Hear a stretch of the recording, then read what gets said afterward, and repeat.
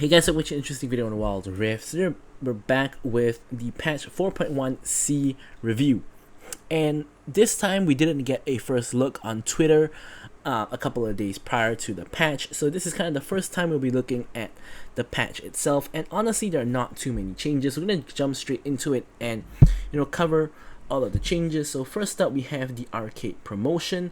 This is already out now. Apparently the arcade skins, over here when you check the skins category, apparently it says it's releasing 11th of May at 12 midnight UTC, but this is already out before the patch even has released. So I think this is 10th May at 12 midnight, so it's already out.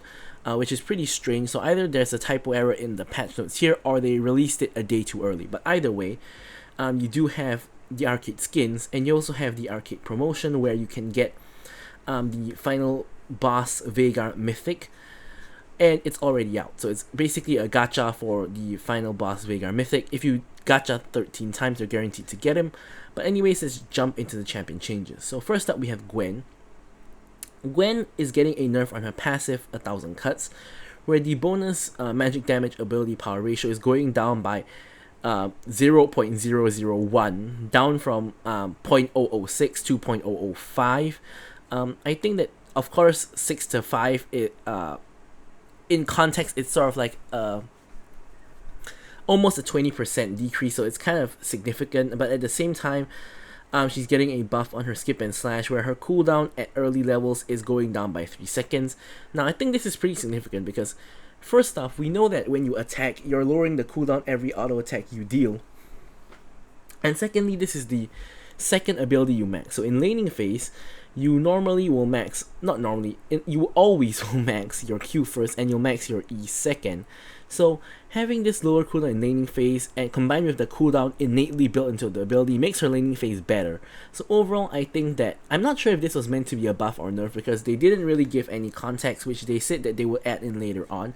But overall, the passive got a slight nerf and the E got a slight buff. So overall, it's kind of you're hitting one area but buffing another area. So Gwen, in my opinion, is still going to be amazing, still going to be one of the best top laners and junglers in the game just because of the tank meta. Of course, we're only 2 weeks away from the ADC patch, so that's pretty exciting, and probably we're going to see huge meta changes when that happens, but we'll have to see when we get there, which is going to be relatively soon. Okay, so on Kennen, we have a buff to his Electrical Surge. I believe that is his E, but yeah, so it's pretty funny because release Kennen was completely broken, and the reason why that was the case is because his ult did a lot of damage and his abilities did a lot of damage. They nerfed him to the ground and he's never been in the meta since. He hasn't even been close. So they've buffed basically all of his abilities, his Q, his W, and his E, but they have gone away from buffing his ultimate, which is basically the main reason you play Kennen. So if they ever want Kennen to be good, they have to buff his ultimate. But if they do that, he might become OP again. So it's sort of like a catch-22 situation. So anyways, what the change is on his E, the bonus magic damage you get when you touch them basically is going up by 10. And the AP ratio is going up by 5%. So it's, at the end of the day, it's a really, really minor buff, but it should help Kennen out a little bit. So Lux is getting a cooldown buff on her W. I believe that they nerfed this before, but I think Lux support is slowly falling off. So I think that this is a buff that's meant to help Lux support again. Of course, even playing damage Lux in the mid lane, this is going to help as well, but I feel like this is more targeted towards Lux support, so it's a nice buff for Lux. Now, Orianna, in my opinion, is getting some pretty huge buffs. So first up, a small nerf. We have a 5 armor reduction off of her base stats. This does, of course, affect her early levels. And currently, in the current state of Orianna, she's really, really weak in the early stages of the game. Only when you hit 3 items, you suddenly do insane damage and you become super duper strong. Of course, her laning phase is meant to be a little bit more oppressive in the sense that she's meant to be able to Q, W, and then auto attack you down, and she's supposed to be pretty dominant in the lane, but that's definitely not the case at the moment because of how her numbers are not very high. So they're lowering her armor to make her a little bit more susceptible to those mid lane AD champions like the Zeds, Yasuos, and Yones of the world. But in compensation, she's getting a huge amount of buffs on her 2 basic abilities. So she's getting a 10 damage buff at all ranks on her Q, as well as a 5% AP ratio buff. And on her W, it's basically the same treatment. Extra 10 damage and extra 5% ability power. This is actually pretty huge when you think about it, because your basic combo is your QW, so that's extra 20 damage per combo of every QW. And an extra 5% AP ratio is pretty huge as well, because when you start getting your AP items like your Death Cap and your Ludens, etc., this is gonna start hurting a lot more. So her late game has never really been a problem. It's more so of her early stages of the game where like she feels really useless in teamfights, doesn't really do anything. So this is gonna help on her early game, like just by getting a little bit more damage in the base numbers, and it's gonna make her late game even stronger with the extra like 5% ability power on both abilities. So I think Orianna, I already think she's pretty strong, but I think her early game has a lot to be desired. So now I think this is obviously gonna make her even better. The 5 armor removed is sort of like a necessary evil to kind of balance her a little bit more, because you can't just like give her 2 huge buffs and nothing else happens. So that kind of makes sense. Now, another person who's getting a huge buff is Seraphine Support. So, remember when they allowed her double shield to work properly? Well, now the her heal per ally is increasing from 5%, blah blah blah blah blah math equation, to 6.5%, but basically overall she's giving more healing on her W when she double cast it, basically. So that is of course a huge buff to Seraphine Support. And not just that, but her base damage on her beat drop, which is her E, is actually increasing. So it's not increasing at the base rank, it's only increasing at like it has a scaling increase thing where it increases by 5, 10, and then 15. So it's gonna only increase at higher ranks. Now if you're playing Seraphine as a true support, you will max W first, and you'll probably max E second. So this is going to help out Seraphine Support again. But if you're playing Seraphine damage, you're going to max Q first, then E second. Either way, it helps both of them, because both ways you will max E second. So Seraphine getting a pretty huge buff in my opinion. I think she's going to be a lot stronger in the support role than she already is. And I already think she's pretty strong in the support role. Just that I think that not too many people are playing her, and even people who are playing her support are playing her wrong. So you should be using your double cast on W pretty often, but most people use the double cast on Q to poke, which is not what you should be doing if you're playing support. Or they're using the double cast on the E for the root, which is what you should be doing as support, but only if you need the root.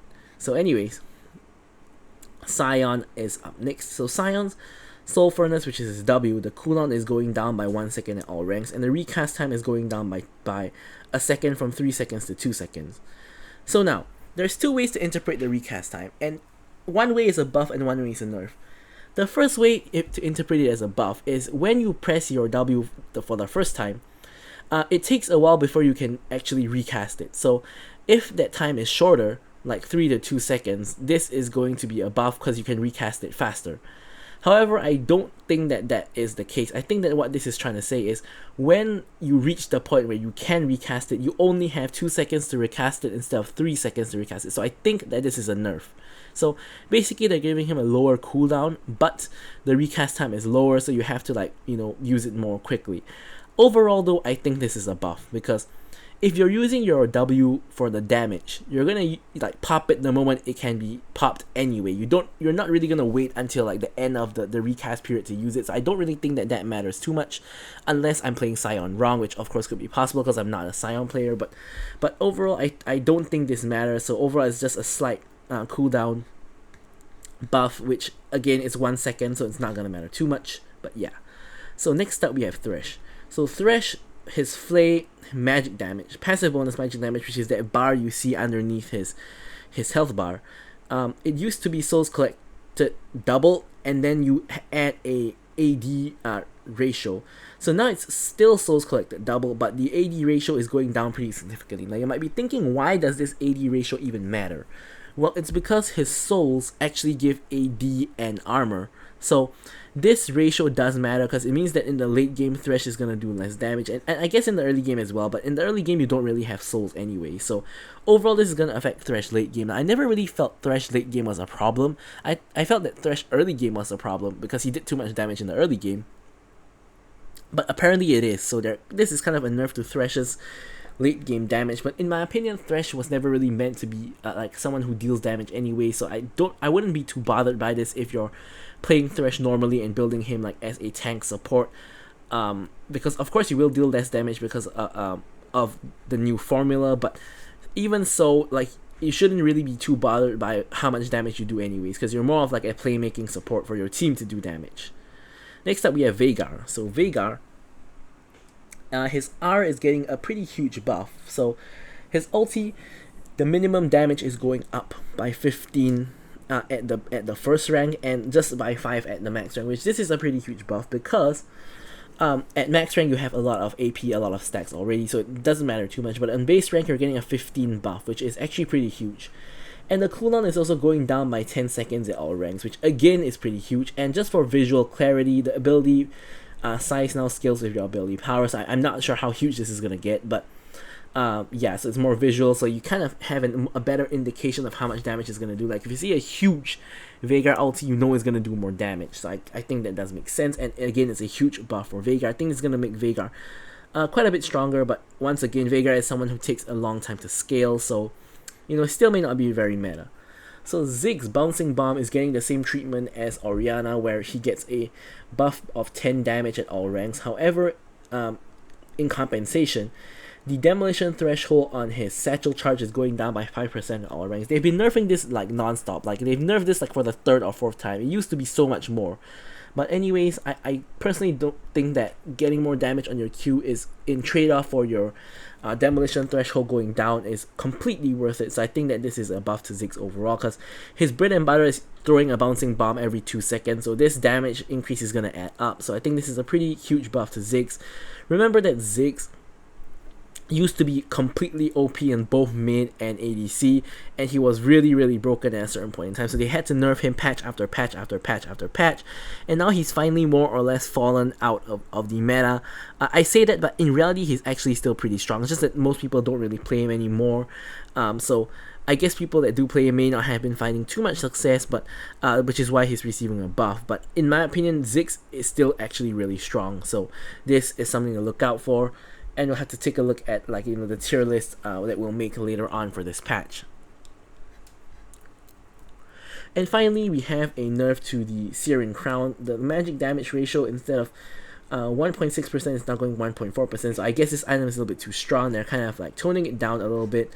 And for the skins, you know, as I mentioned, we have the arcade skins, and together with the arcade accessories, which again are all already out, and that is pretty much it. So all that out the way, thank you guys so much for watching the video, and goodbye.